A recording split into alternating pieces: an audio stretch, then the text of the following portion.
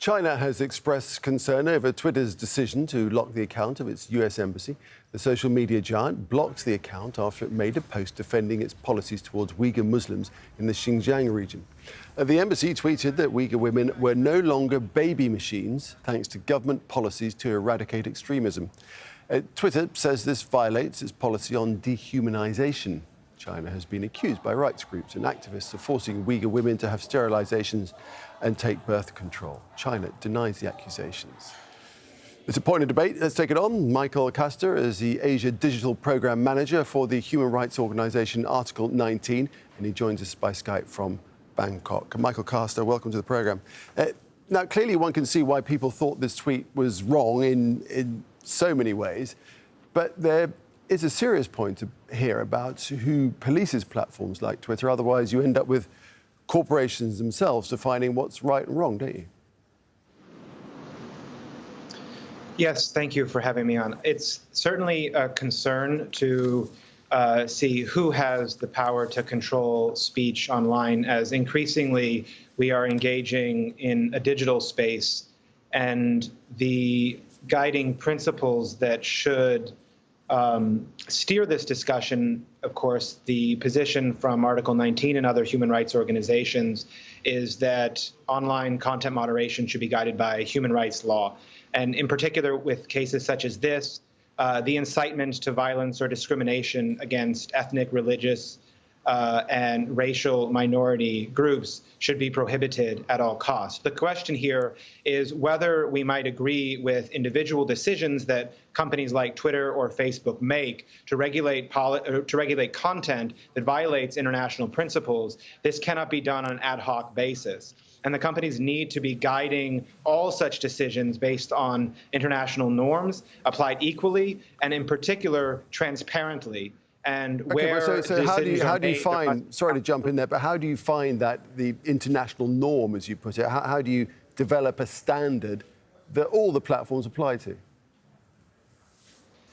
Certainly. I think what we've seen from many of the platforms is increasing lip service paid to the international norms and standards that the human rights community have been pushing for them to adhere to. But what we still find is far too much power for decision-making and policy setting in the hands of and underneath ultimately the executive management of these companies. Article 19 and others have been campaigning for social media councils, which would be multi-stakeholder bodies involving both the social media companies, the tech companies themselves, as well as academics, media, other human rights organizations, and so forth.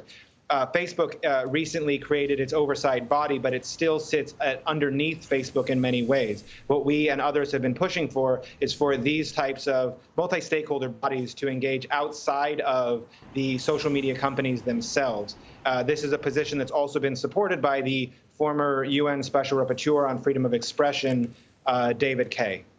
In the meantime, would you say that it's wrong for organisations and platforms like Twitter to police themselves to make decisions like this tweet, this pretty offensive tweet about the Uyghurs?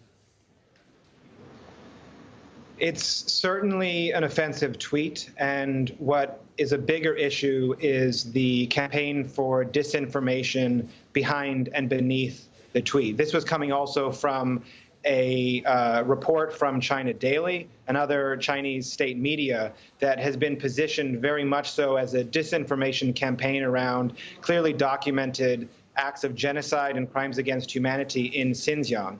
And what we need is a much larger discussion about counterweights and pushing back against China's ability to influence the narrative and spread disinformation on such extremely critical gross human rights violations. And at the same time, while we're discussing the blocking or the limiting of how Chinese officials are allowed to engage with these platforms and spreading disinformation, we also have to recognize that Twitter, Facebook, all of the other primary social media platforms are banned in China, and in fact have been banned since around 2009 in response to demonstrations in Xinjiang and attempts by the state to block the documentation and spread of violent repression from the state against ethnic minority populations then. And the fact that today, still, Chinese officials are allowed to use these platforms internationally to spread disinformation, to deny or to cast doubt on well-documented human rights violations and deny the domestic populations the ability to access these platforms needs to be addressed. All right, it's uncharted territory, but it's got to be navigated, isn't it? Michael Castro, appreciate that. Thanks very much indeed. Thank you.